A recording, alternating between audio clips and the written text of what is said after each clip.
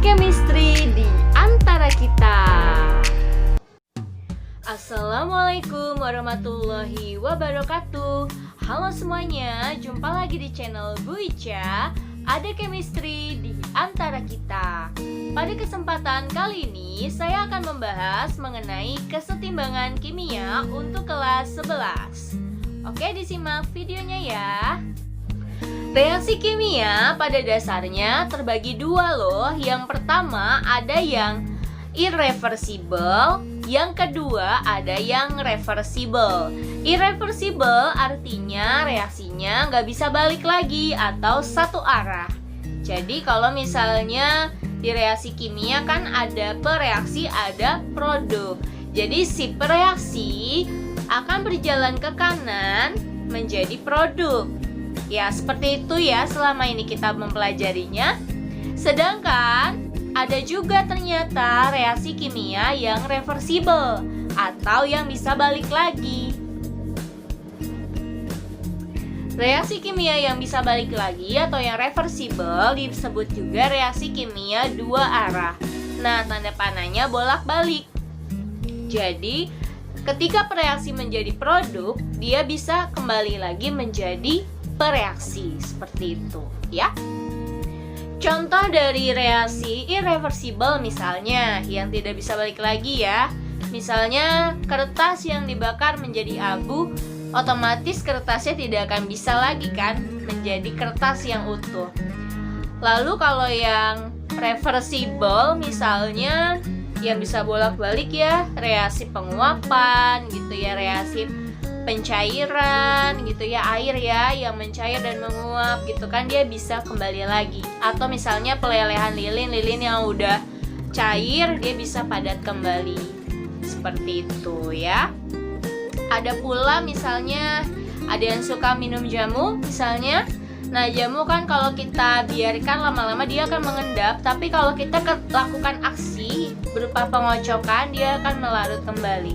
Nah, ini reaksinya, reaksi pelarutan jamu ini termasuk reaksi yang reversible juga, seperti itu. Lalu, selain itu, reaksi kesetimbangan atau reaksi yang reversible ini dibedakan menjadi dua jenis. Ada yang homogen, ada yang heterogen. Kalau yang homogen, sesuai nama homo artinya sama, maka sama wujudnya. Jadi kan wujud kimia itu ada 4, ada yang solid atau padat, ada yang aqueous atau larutan, ada yang liquid atau cairan, dan ada yang gas. Nah, kalau misalnya yang homogen, dia semuanya sama wujudnya. Contohnya misalnya semuanya gas gitu ya, atau semuanya aqueous, seperti itu. Lalu yang kedua ada yang heterogen. Jadi reaksi kesetimbangan yang heterogen dia campur-campur ya wujudnya. Ada yang solid dengan gas, solid dengan aqueous, liquid dengan aqueous, seperti itu ya. Jadi dia lebih dari satu wujud, seperti itu. Selanjutnya, untuk perhitungannya ada yang dinamakan dengan konstanta kesetimbangan. Konstanta kesetimbangan juga dibagi dua. Ada yang konstanta kesetimbangan yang melibatkan konsentrasi zat atau kita kenal sebagai Kc, dan ada juga konstanta kesetimbangan yang melibatkan tekanan atau Kp.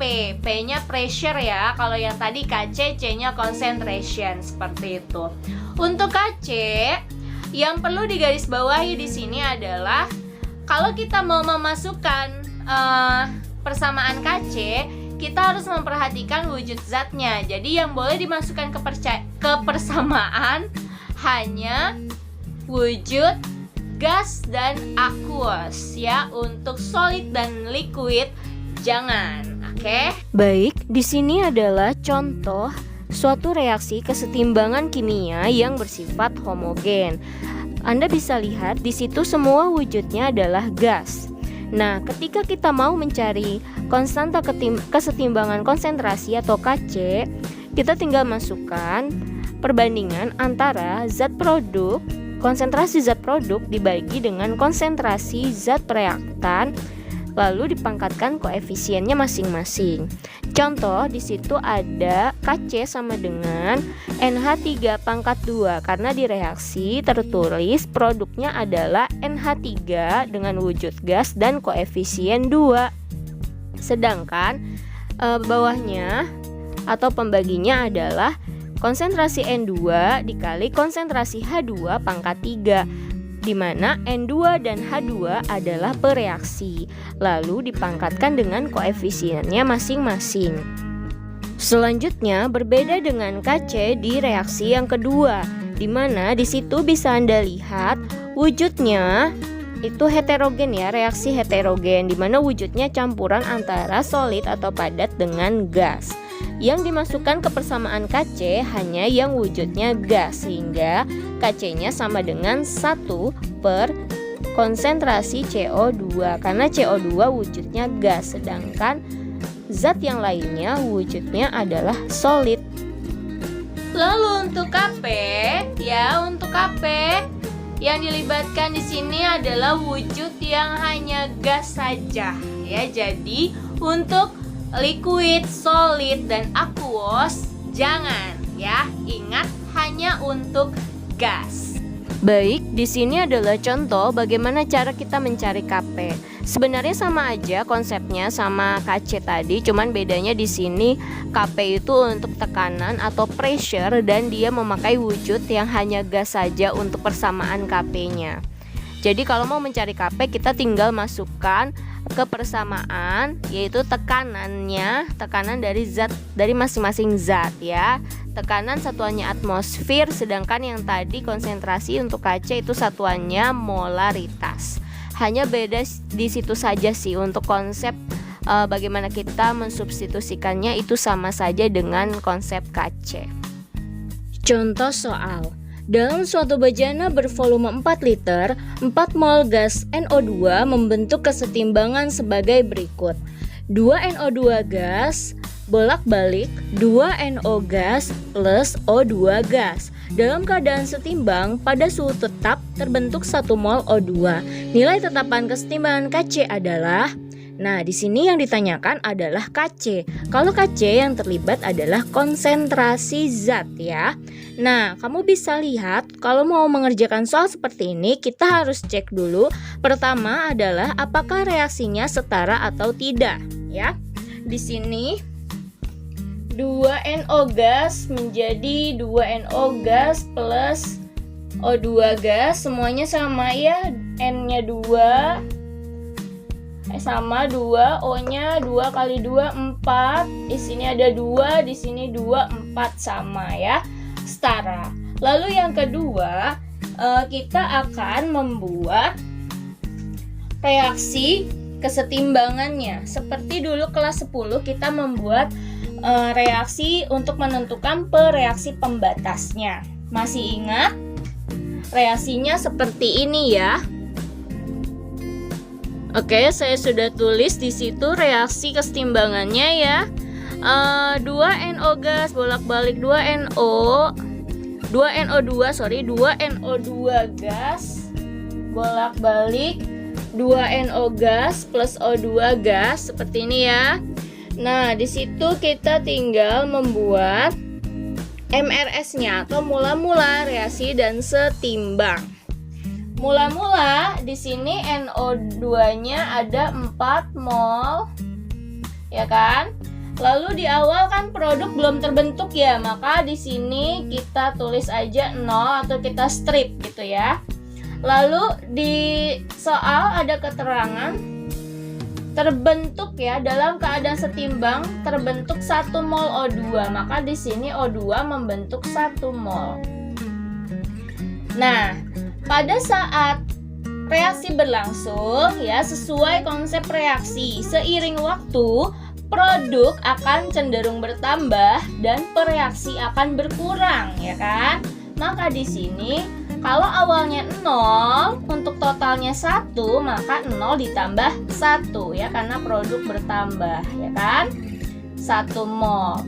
Lalu untuk NO-nya berapa? Nah, di sini kan koefisiennya 2:1. Maka kalau di sini 1 mol, maka di sini 2 mol.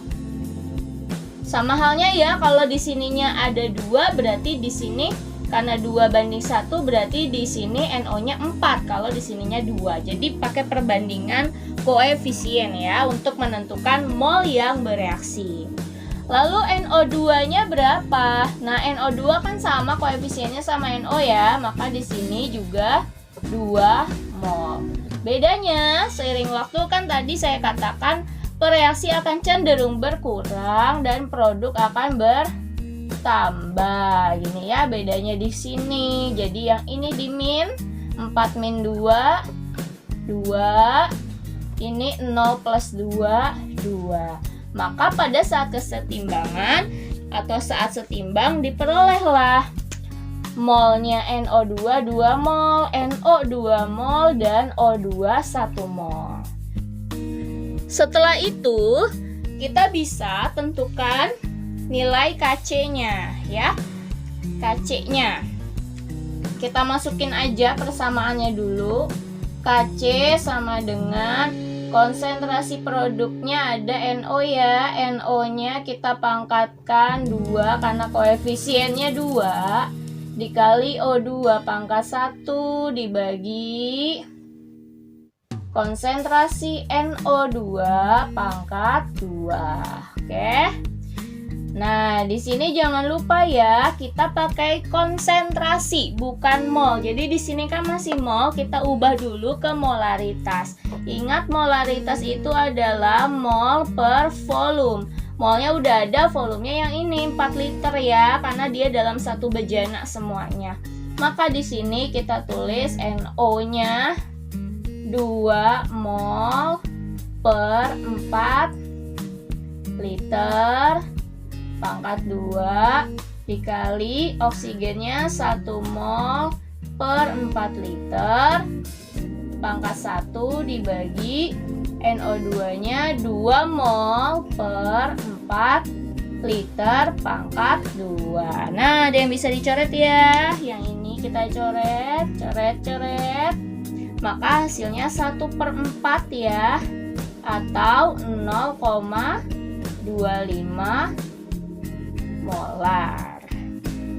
Atau 0,25 saja boleh ya. Kadang Kc tidak disebutkan satuannya. Baik, contoh soal selanjutnya.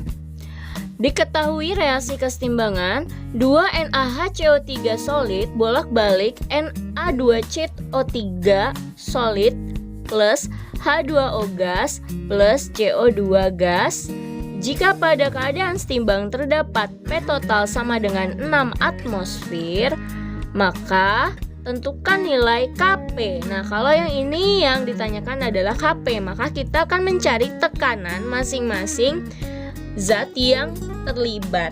Nah, seperti pada penjelasan sebelumnya, yang terlibat di Kp hanya yang wujudnya gas saja. Maka kita hanya berfokus pada ini ya, H2O dan CO2 saja. Lalu kita cek apakah si reaksinya sudah setara atau belum. Di sini Na-nya sama ya, 2. Ya, kiri 2, kanan 2. Lalu H-nya di sini ada 2, di sini juga ada 2. C-nya ada 2. 1, 2 sama O-nya ada 3 kali 2 dan 6 ya. Di sini 3 tambah 1 4 tambah 2 6. Oke, sudah setara.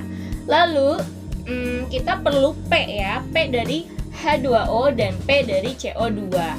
Nah, untuk mencari P dari masing-masing itu kita namakan P masing-masing itu kita sebut biasanya tekanan parsial. Jadi kita cari dulu tekanan parsialnya ya.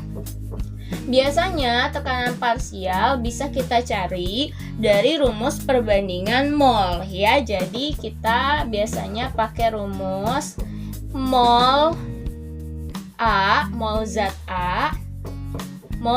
A dibagi mol total ya. Mol zat A dibagi mol total dikali P total. Total aja ya, nggak enak dibacanya. Oke.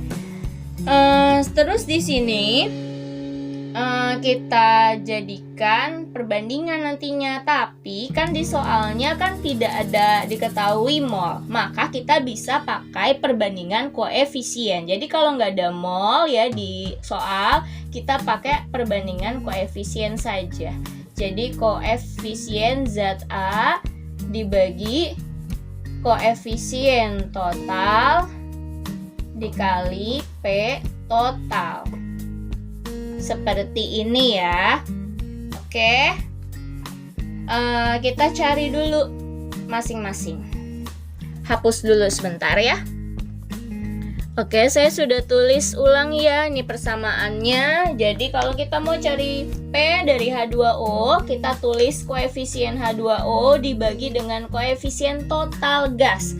Jadi di sini koefisien total maksudnya yang hanya gas saja wujudnya ya. Ini kan yang lain tidak terlibat di KP, maka kita masukin yang wujudnya gas saja. Koefisien H2O kan 1, CO2 1, berarti koefisien total gasnya 2 ya. Kita tambahin aja. Nah, H2O tadi 1 per totalnya 2 dikali P totnya 6 atm sama dengan 6 bagi 2 3 ya. 3 atmosfer. Oh, di bawah aja deh nulisnya. Oke, 3 atmosfer gini ya. Terus yang ini 1 per 2 juga ya, karena koefisiennya sama ya, 1 ya. Dikali 6 atmosfer dapat sama 3 atmosfer juga. Masukin deh kita ke persamaan KP-nya.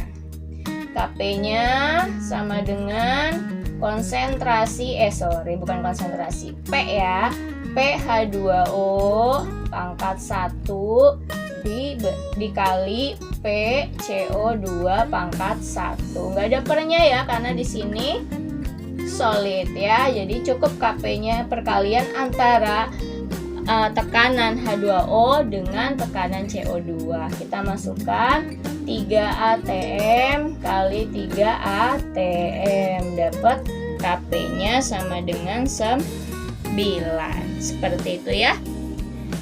Sekian pembelajaran kita pada kesempatan kali ini. Semoga kalian bisa memahami dan ilmunya yang disampaikan bermanfaat. Jangan lupa sering-sering latihan, oke? Sampai jumpa lagi. Assalamualaikum warahmatullahi wabarakatuh. Ada chemistry di antara kita.